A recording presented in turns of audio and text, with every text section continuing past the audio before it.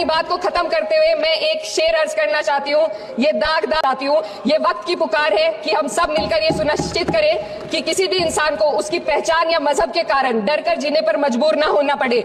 जहाँ हक छीने जाते हैं वहाँ अमन खो जाता है। ये बात हर सरकार को समझनी चाहिए। अगर हम सच में अपने संविधान का सम्मान करना चाहते हैं तो हमें नफरत और भेदभाव को खत्म करना होगा। हमें ये दिखाना होगा कि ये मुल्क हर वर्ग, हर जाति, हर धर्म और हर समुदाय का है, और जब तक ऐसा नहीं होगा तब तक संविधान की आत्मा सिसकती रहेगी। सब उजाला, ये शब गजीदा शहर, वो इंतजार था जिसका, ये वो शहर तो नहीं। लेकिन अगर इस सदन में बैठे हम सभी सदस्य ये ठान ले कि हमें संविधान के मूल्यों को लागू करना है और उसे लागू करने का प्रयास करें, तो वह सुबह जरूर आएगी जिसके लिए लाखों भारतवासियों ने अपने। हेलो, मैं दानिश। आप वीडियो की शुरुआत में इकरा हसन जी की एक छोटी सी क्लिप देख चुके हो। मैं चाहता हूँ इस कंप्लीट वीडियो को देखिएगा। दरअसल पार्लियामेंट के अंदर इकरा हसन जी ने भारत के मुसलमानों की आवाज़ उठाई, बांग्लादेश में हिंदू भाइयों के लिए आवाज़ उठाई, या हम कहें कि पूरी दुनिया में जहाँ जहाँ अल्पसंख्यक परेशान हैं उनके आवाज़ बनकर बोली हैं इकरा हसन जी देश की पार्लियामेंट में। इससे दोनों पक्षों से तालियां बजने लगी उनके सम्मान में, उनके लिए। आइए पूरी वीडियो देख लेते हैं। ये वीडियो अगर आपको पसंद आ जाए तो डीएल गोल्डन न्यूज़ चैनल को सब्सक्राइब करें और इकरा हसन जी के लिए एक प्यारा सा कमेंट्स। आइए पूरी वीडियो देख लेते हैं। माननीय श्री इकरा चौधरी जी। इकरा चौधरी जी, धन्यवाद सभापति महोदय, आपने मुझे इस विशेष चर्चा पर बोलने का मौका दिया जी। भारत के संविधान के 75वें वर्ष की चर्चा के मौके पर मैं सबसे पहले संविधान बनाने वालों की दूरदृष्टि को सलाम करती हूँ। एक युवा सांसद के तौर पर मैं अपनी उम्मीदों को संविधान के साथ जोड़कर खास तौर पर ये बताना चाहती हूँ कि आज हमारे देश में पिछड़े, दलित, अल्पसंख्यक समुदाय को किस तरह अपने संवैधानिक अधिकारों और आजादियों की हिफाजत के लिए हर रोज मुश्किलों का सामना करना पड़ रहा है। बिल्कुल। Doctor B.R. अम्बेडकर के कथन से अपनी बात रखना चाहती हूँ। उन्होंने कहा था, मुझे अपने भारतवर्ष पर फक्र है कि जिसके पास ऐसा संविधान है जो लोकतंत्र, समाजवाद और सेक्युलरिज्म को संजोता है। बिल्कुल। लेकिन आज ऐसा लगता है जैसे संविधान की किताब तो है पर इसे चलाने वालों का ईमान गुम हो गया है। क्या बात है भाई। आज हिंदुस्तान में हर वर्ग को किसी न किसी चुनौती का सामना करना पड़ रहा है, मगर अल्पसंख्यक, खासतौर पर मुसलमानों पर जो कहर टूटा है वो किसी से छुपा नहीं है। ये लोग सिर्फ अपने मजहबी पहचान की वजह से निशाने पर हैं। संविधान का अनुच्छेद 15 कहता है कि किसी भी नागरिक के साथ धर्म, जाति या किसी और वजह से भेदभाव नहीं होना चाहिए, लेकिन हकीकत इसके उलट है। हालात इस कदर बिगड़ चुके हैं कि hate speech, mob lynching, bulldozer द्वारा घरों को गिराने की घटनाएं आम हो गई हैं। खास तौर पर उत्तर प्रदेश में, जहां ऐसा लगता है जैसे कानून के नाम पर जंगल राज चल रहा हो। संभल में जो हुआ वो सबके सामने है। पुलिस के संरक्षण में निर्दोष लोगों की हत्या की गई और सरकार ने चुप्पी साध ली। अल्पसंख्यकों पर हिंसा बढ़ती जा रही है, मगर सत्ता में बैठे लोग या तो आंखें मूंदे हुए हैं या फिर इन घटनाओं को बढ़ावा दे रहे हैं। हद तो तब हो जाती है जब न्यायपालिका की बात भी अनसुनी कर दी जाती है। सुप्रीम कोर्ट ने मॉब लिंचिंग पर 11 सूत्रीय निर्देश जारी किए थे। इसमें साफ कहा गया था कि राज्य सरकारें और पुलिस इस तरह की घटनाओं को रोकने और दोषियों पर सख्त कार्रवाई करने के लिए जिम्मेदार है, लेकिन आज भी इन निर्देशों पर अमल नहीं हो रहा है। हाल ये है कि मॉब लिंचिंग को रोकने की बजाय सत्ता में बैठे लोग आग में घी डालने का काम कर रहे हैं। उनकी जुबान से ऐसी बातें निकलती हैं जो नफरत को और बढ़ावा देती है। ये अशांति अब इतनी गहराई तक फैल चुकी है कि हमारे समाज के धर्मनिरपेक्ष चरित्र पर गंभीर सवाल उठ रहे हैं। साल की शुरुआत में ही कई राज्यों में दुकानदारों को अपने नाम बोर्ड पर लगाने के लिए मजबूर किया गया। इसे सेहत और सुरक्षा के कानूनों का हिस्सा बताया गया, मगर असल मंशा कुछ और थी। ये कदम खास तौर पर मुसलमान दुकानदारों को निशाना बनाकर उठाया गया ताकि उनकी रोजी रोटी पर चोट की जाए। पिछले हफ्ते मुरादाबाद में एक मुस्लिम डॉक्टर को हिंदू बहुल्य मोहल्ले में घर खरीदने पर विरोध झेलना पड़ा।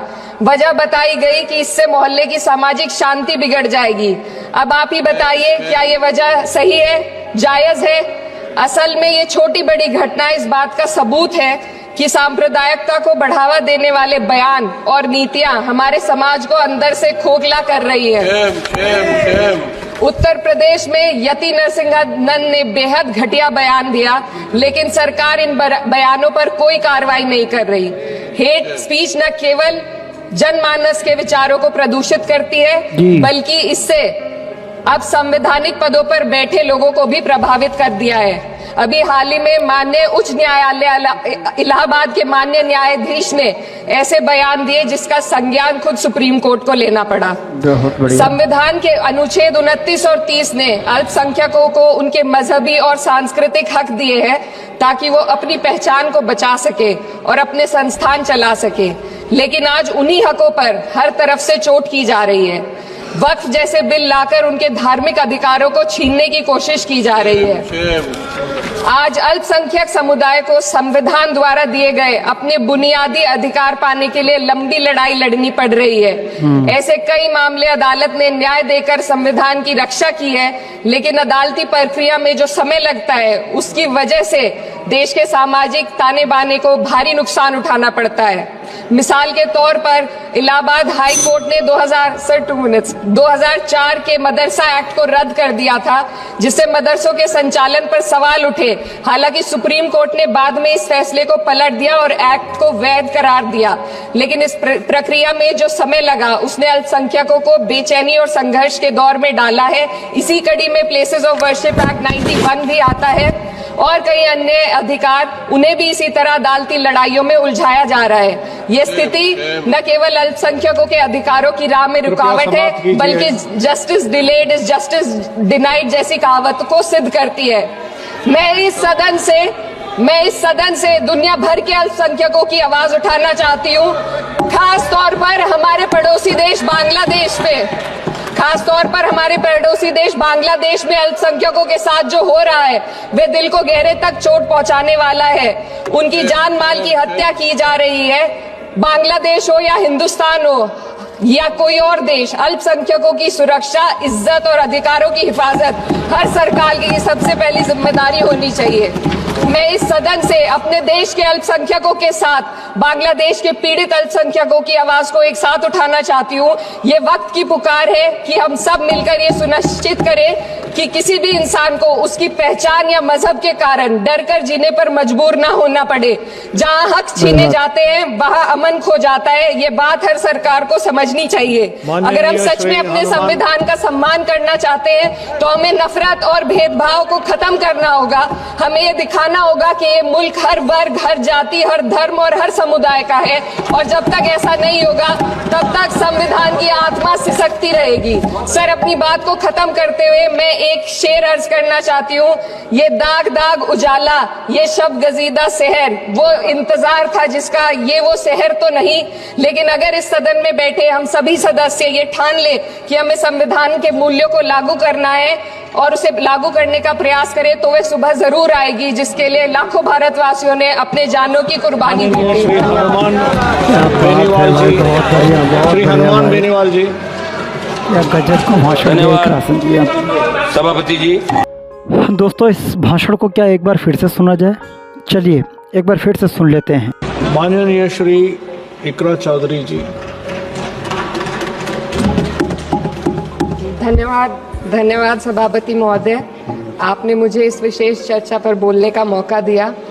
भारत के संविधान के 75वें वर्ष की चर्चा के मौके पर मैं सबसे पहले संविधान बनाने वालों की दूरदृष्टि को सलाम करती हूँ। एक युवा सांसद के तौर पर मैं अपनी उम्मीदों को संविधान के साथ जोड़कर खास तौर पर ये बताना चाहती हूँ कि आज हमारे देश में पिछड़े, दलित, अल्पसंख्यक समुदाय को किस तरह अपने संवैधानिक अधिकारों और आजादियों की हिफाजत के लिए हर रोज मुश्किलों का सामना करना पड़ रहा है। डॉक्टर BR अम्बेडकर के कथन से अपनी बात रखना चाहती हूँ। उन्होंने कहा था, मुझे अपने भारतवर्ष पर फक्र है कि जिसके पास ऐसा संविधान है जो लोकतंत्र, समाजवाद और सेक्युलरिज्म को संजोता है। लेकिन आज ऐसा लगता है जैसे संविधान की किताब तो है पर इसे चलाने वालों का ईमान गुम हो गया है। सही बात, बहुत अच्छा भाई, बहुत बढ़िया। आज हिंदुस्तान में हर वर्ग को किसी न किसी चुनौती का सामना करना पड़ रहा सही है, बात। मगर अल्पसंख्यक खासतौर पर मुसलमानों पर जो कहर टूटा है जी। वो किसी से छुपा नहीं नहीं छिपा है। ये लोग सिर्फ अपने मजहबी पहचान की वजह से निशाने पर हैं। सही बात है। संविधान का अनुच्छेद 15 कहता है कि किसी भी नागरिक के साथ धर्म, जाति या किसी और वजह से भेदभाव नहीं होना चाहिए। बिल्कुल नहीं होना लेकिन चाहिए। हकीकत इसके उलट है।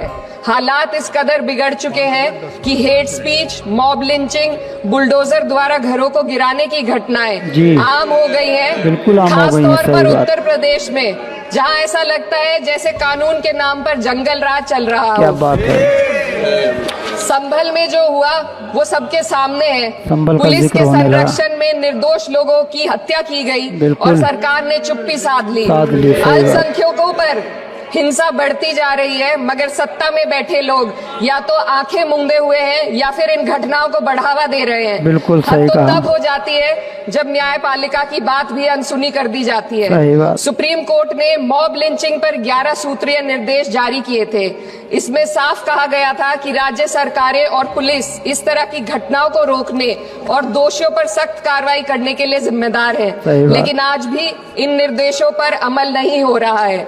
हाल ये है कि मॉब लिंचिंग को रोकने की बजाय सत्ता में बैठे लोग आग में घी डालने का काम कर रहे हैं। उनकी जुबान से ऐसी बातें निकलती हैं जो नफरत को और बढ़ावा देती देते हैं। बिल्कुल। ये अशांति अब इतनी गहराई तक फैल चुकी है कि हमारे समाज के धर्मनिरपेक्ष चरित्र पर गंभीर सवाल उठ रहे सही बात है। हैं। साल की शुरुआत में ही कई राज्यों में दुकानदारों को अपने नाम बोर्ड पर लगाने के लिए मजबूर किया गया। इसे सेहत और सुरक्षा के कानूनों का हिस्सा बताया गया, मगर असल मंशा कुछ और थी। ये कदम खास तौर पर मुसलमान दुकानदारों को निशाना बनाकर उठाया गया ताकि उनकी रोजी रोटी पर चोट की जाए। पिछले हफ्ते मुरादाबाद में एक मुस्लिम डॉक्टर को हिंदू बहुल्य मोहल्ले में घर खरीदने पर विरोध झेलना पड़ा। वजह बताई गई कि इससे मोहल्ले की सामाजिक शांति बिगड़ जाएगी। अब आप ही बताइए, क्या ये वजह सही है, जायज है? असल में ये छोटी बड़ी घटना इस बात का सबूत है कि सांप्रदायिकता को बढ़ावा देने वाले बयान और नीतियां हमारे समाज को अंदर से खोखला कर रही है। सही बात है भाई, बहुत अच्छा। उत्तर प्रदेश में यति नरसिंहानंद ने बेहद घटिया बयान दिया, लेकिन सरकार इन बयानों पर कोई कार्रवाई नहीं कर रही है। हेट स्पीच न केवल जनमानस के विचारों को प्रदूषित करती है, बल्कि इससे अब संवैधानिक पदों पर बैठे लोगों को भी प्रभावित कर दिया है। बिल्कुल। अभी हाल ही में माननीय उच्च न्यायालय इलाहाबाद के माननीय न्यायाधीश ने ऐसे बयान दिए जिसका संज्ञान खुद सुप्रीम कोर्ट को लेना पड़ा। बिल्कुल। संविधान के अनुच्छेद 29 और 30 ने अल्पसंख्यकों को उनके मजहबी और सांस्कृतिक हक दिए हैं ताकि वो अपनी पहचान को बचा सके और अपने संस्थान चला सके।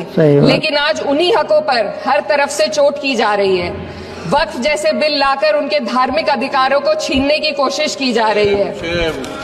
आज अल्पसंख्यक समुदाय को संविधान द्वारा दिए गए अपने बुनियादी अधिकार पाने के लिए लंबी लड़ाई लड़नी पड़ रही है। क्या बात है। ऐसे कई मामले अदालत ने न्याय देकर संविधान की रक्षा की है, लेकिन अदालती प्रक्रिया में जो समय लगता है उसकी वजह से देश के सामाजिक ताने बाने को भारी नुकसान उठाना पड़ता है। मिसाल के तौर पर इलाहाबाद हाई कोर्ट ने 2004 के मदरसा एक्ट को रद्द कर दिया था, जिससे मदरसों के संचालन पर सवाल उठे। हालांकि सुप्रीम कोर्ट ने बाद में इस फैसले को पलट दिया और एक्ट को वैध करार दिया, लेकिन इस प्रक्रिया में जो समय लगा उसने अल्पसंख्यकों को बेचैनी और संघर्ष के दौर में डाला है। इसी कड़ी में प्लेसेस ऑफ वर्शिप एक्ट 91 भी आता है और कई अन्य अधिकार, उन्हें भी इसी तरह अदालती लड़ाइयों में उलझाया जा रहा है। ये स्थिति न केवल अल्पसंख्यकों के अधिकारों की राह में रुकावट है, बल्कि justice delayed is justice denied जैसी कहावत को सिद्ध करती है। मैं इस सदन से दुनिया भर के अल्पसंख्यकों की आवाज उठाना चाहती हूँ, खास तौर पर हमारे पड़ोसी देश बांग्लादेश में अल्पसंख्यकों के साथ जो हो रहा है वे दिल को गहरे तक चोट पहुंचाने वाला है।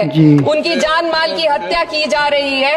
बांग्लादेश हो या हिंदुस्तान हो, या कोई और देश अल्पसंख्यकों की सुरक्षा, इज्जत और अधिकारों की हिफाजत हर सरकार की सबसे पहली जिम्मेदारी होनी चाहिए। सही बात है। मैं इस सदन से अपने देश के अल्पसंख्यकों के साथ बांग्लादेश के पीड़ित अल्पसंख्यकों की आवाज को एक साथ उठाना चाहती हूँ। ये वक्त की पुकार है कि हम सब मिलकर ये सुनिश्चित करें कि किसी भी इंसान को उसकी पहचान या मजहब के कारण डर कर जीने पर मजबूर ना होना पड़े। जहाँ हक छीने जाते हैं वहाँ अमन खो जाता है। ये बात हर सरकार को समझनी चाहिए। अगर हम सच में अपने संविधान का सम्मान करना चाहते हैं तो हमें नफरत और भेदभाव को खत्म करना होगा। हमें ये दिखाना होगा कि ये मुल्क हर वर्ग, हर जाति, हर धर्म और हर समुदाय का है, और जब तक ऐसा नहीं होगा तब तक संविधान की आत्मा सिसकती रहेगी। सर, अपनी बात को खत्म करते हुए मैं एक शेर अर्ज करना चाहती हूँ।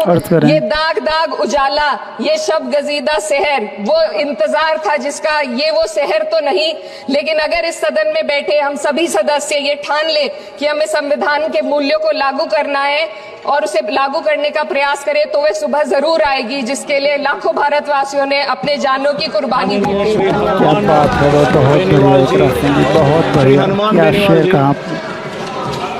धन्यवाद सभापति जी। दोस्तों, आपने जो इकरा हसन जी का वीडियो देखा, वो मुझे लगता है ये वीडियो आपको बहुत ही ज़्यादा पसंद आया होगा, और ये वीडियो देख करके आप क्या कहना चाहेंगे कमेंट्स करके आप ज़रूर बताएं। मिलते हैं किसी और वीडियो के साथ। दुआ में याद रखना। जय हिंद।